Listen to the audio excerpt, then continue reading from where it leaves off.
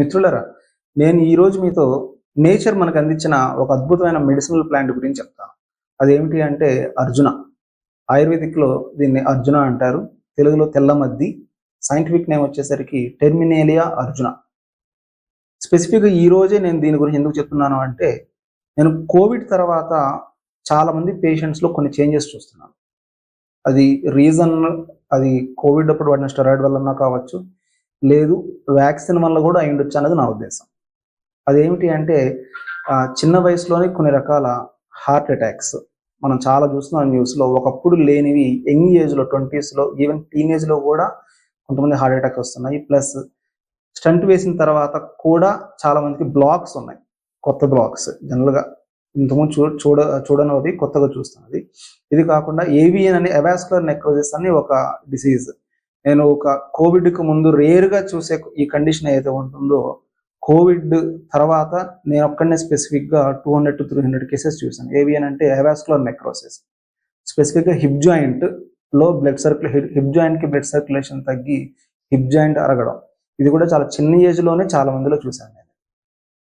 ఇంకొకటి ఆర్థరైటిస్ అంటే specific reason లేకుండా ఆర్థరైటిస్, కొన్ని రకాల స్కిన్ డిసీజెస్, కొన్ని స్ట్రోక్స్ ఎక్సెట్రా. ఈ తెల్లమద్దు గురించి స్పెసిఫిక్గా ఏమిటి అంటే, కోవిడ్ తర్వాత హార్ట్ రిలేటెడ్ ఇష్యూస్ చాలా మందిలో చూస్తున్నాను. అది మీకు చెప్పాను ఇందాక, చిన్న ఏజ్లో హార్ట్ అటాక్స్ ఎక్సెట్రా. ప్లస్ పల్స్లో కూడా ఏరిథమియా అని ఒక స్పెసిఫిక్ కండిషన్ అనేది. ఏరిథమియా అంటే పల్స్ కొట్టుకునేటప్పుడు నాడి దాని ఫ్లో ఏదైతే ఉంటుందో ఒక గతి ఉంటుంది, దానికి ఒక స్పెసిఫిక్గా టక్ టక్ టక్ అట్లా ఇలా కొట్టుకునేది గతి కొంచెం మారడం, అంటే మధ్యలో ఒకటి మిస్ అవ్వడం, మిస్ అయిన తర్వాత మళ్ళీ 2 బీట్లు రావడం, మళ్ళీ మిస్ అవ్వడం, ఇట్లా.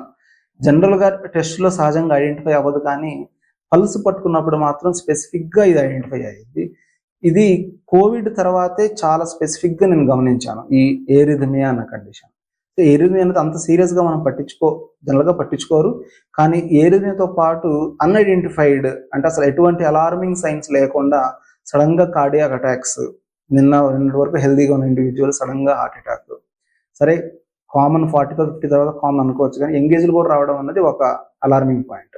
అందుకని నేను ఈ ప్లాన్ గురించి చెప్తున్నాను. ఇదేమిటి అంటే స్పెసిఫిక్గా కార్డియాక్ వెల్నెస్, అంటే ఒక హార్ట్కి ప్రివెంటివ్ గాను మెయింటెనెన్స్ గాను ఒక అద్భుతంగా పనిచేసే ఒక ఆయుర్వేదిక్ హెర్బల్, ఇది ఆయుర్వేదిక్ మెడిసిన్.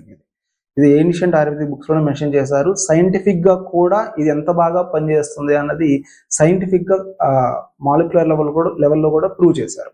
దీనిలో కెమికల్ కంపోనెంట్స్ కొన్ని ఉంటాయి. అంటే దీన్ని కెమికల్గా మనం డివైడ్ చేస్తే టానిన్స్, కార్డియాక్ గ్లైకోసైడ్స్ అన్నది ఒక కంపోనెంట్. కార్డియాక్ గ్లైకోసైడ్స్లో కూడా స్పెసిఫిక్గా సాపోనిన్ అని ఒకటి ఉంటుంది. ఇది హార్ట్ యొక్క మజిల్ హెల్త్ మీద, ప్లస్ హార్ట్ పల్స్ మీద, తర్వాత వాస్కులర్ హెల్త్ అంటే బ్లడ్ సర్క్యులేషన్ మీద బ్రహ్మాండంగా పనిచేస్తుంది. అలా పనిచేయడం ద్వారా చిన్న చిన్న బ్లాక్స్ ఉన్నా కానీ ఇలా హార్ట్కి స్ట్రెంత్ రావడంలో ఉపయోగపడుతుంది అన్నమాట. ఇలా ఇది ఉపయోగపడుతుంది. ఇది టెర్మినేలియా అర్జున అంటే తెల్లమద్ది. స్పెసిఫిక్గా తెల్లమద్ది చెట్టు అంటే ఇది మహావృక్షం. పెద్ద పెద్ద చెట్లు ఉంటాయి ఇక్కడ మనకి లోకల్లో. చిన్న చిన్న చెట్లు ఉన్నా సరే హిల్స్, శేషాచలం హిల్స్లో చాలా పెద్ద వృక్షాలుగా తయారవుతాయి ఇవి. ఇందులో హార్ట్కి స్పెసిఫిక్గా ఉపయోగపడే ప్లాంట్ బెరడు మాత్రమే, బార్క్. ఈ బార్క్లోనే ఆ కెమికల్ కంపోనెంట్స్ ఎక్కువగా ఉంటాయి. వుడ్లో కూడా ఉంటుంది, కానీ 10% మాత్రమే ఉంటుంది వుడ్. ఇందులో 100% ఉంటే యాక్టివ్ కెమికల్ కంపోనెంట్స్ వుడ్లో 10% మాత్రమే ఉంటుంది. అందుకనే బార్క్నే తీసుకోమని చెప్పారు. జనరల్గా ఈ తెల్లమద్ది పౌడర్ మనకు దొరికిద్ది బయట పచారీ షాప్స్లో కానీ రకరకాల షాప్స్లో. పౌడర్ సహజంగా నేను ప్రిఫర్ చేయను. మీకు వీలైతే బార్కే తీసుకోండి. పౌడర్ ఎందుకు ప్రిఫర్ చేయను అంటే, వీళ్ళు బార్క్తో పాటు వుడ్ కూడా కలిపి పౌడర్ చేస్తారు కాబట్టి మనకి ఐడెంటిఫై అవ్వదు, పలచన అయిపోతుంది. అందుకని బార్క్నే తీసుకోండి. బార్క్నే ఇలా ఉంటుంది బార్క్. మీరు వెళ్ళి చాలా కామన్గా దొరికే ప్లాంట్ ఇది యాక్చువల్లీ. వెళ్ళి మీ అంతటి మీరు కూడా బార్క్ని కలెక్ట్ చేసుకొని ఆ ఎండలో పెడితే 3-4 డేస్లో కంప్లీట్గా చక్కగా ఎండిపోతుంది. తర్వాత దీన్ని ఎలా వాడాలి? ఒకవేళ మీకు బార్క్ దొరికినట్లయితే దీన్ని పౌడర్ చేసుకోండి. పౌడర్ చేసుకొని అన్నిటికంటే బెస్ట్ వే టు యూజ్ ఏమిటి అంటే, దీన్ని క్షీరపాకం అని అంటాం. క్షీరపాకం అంటే టీ లాగా కాయడం. ఇది పౌడర్ చేసిన తర్వాత మనం టీ అయితే కాస్తాము అంటే ఫస్ట్ నీళ్లు ఒక 70 ml 50 to 70 ml 100 ml నీళ్ళల్లో ఈ పౌడర్ ఒక 1 టీ స్పూన్ వేయండి. 1 టీ స్పూన్ పౌడర్ వేసి కొంచెం కాచిన తర్వాత పాలు యాడ్ చేయండి. పాలు యాడ్ చేసి సేమ్ టీ ఎలా అయితే మనం కాస్తూ ఉండండి. ఎంతసేపు కాస్తారంటే ఆ నీటి శాతం మొత్తం పోయే వరకు. మనం ఎన్ని నీళ్ళు అయితే పోసామో నీళ్ళు తర్వాత పౌడర్ యాడ్ చేసి పాలు పోసిన తర్వాత నీళ్ళు మొత్తం ఇంకిపోయి ఓన్లీ పాలు మిగిలేంత వరకు కాయండి. కాచిన తర్వాత దాన్ని కన్జ్యూమ్ చేయాలి, తీసుకోవాలి. ఇది క్షీరపాకం అనటం. ఇది బెస్ట్ వే టు యూజ్. ఇలా యూజ్ చేస్తే దీనిలోనే మెడిసిన్ ప్రాపర్టీస్ పర్ఫెక్ట్గా మనకి అందుతాయి.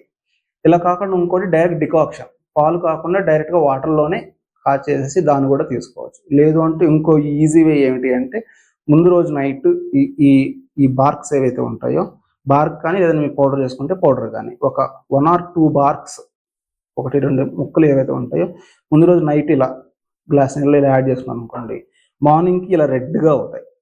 టీ డికాక్షన్ లాగే అయిపోతుంది, ఇలా రెడ్గా అయిపోతుంది. మార్నింగ్ దీన్ని లైట్గా వేడి చేసేసి గోరువెచ్చగా ఇంకొంచెం రెడ్గా తయారవుతుంది. ఫిల్టర్ చేసేసి కన్జ్యూమ్ చేసుకోవచ్చు. మీరు ఎలా తీసుకున్నా సరే మార్నింగ్ ఎంప్టీ స్టమక్ తీసుకోవడం బెస్ట్.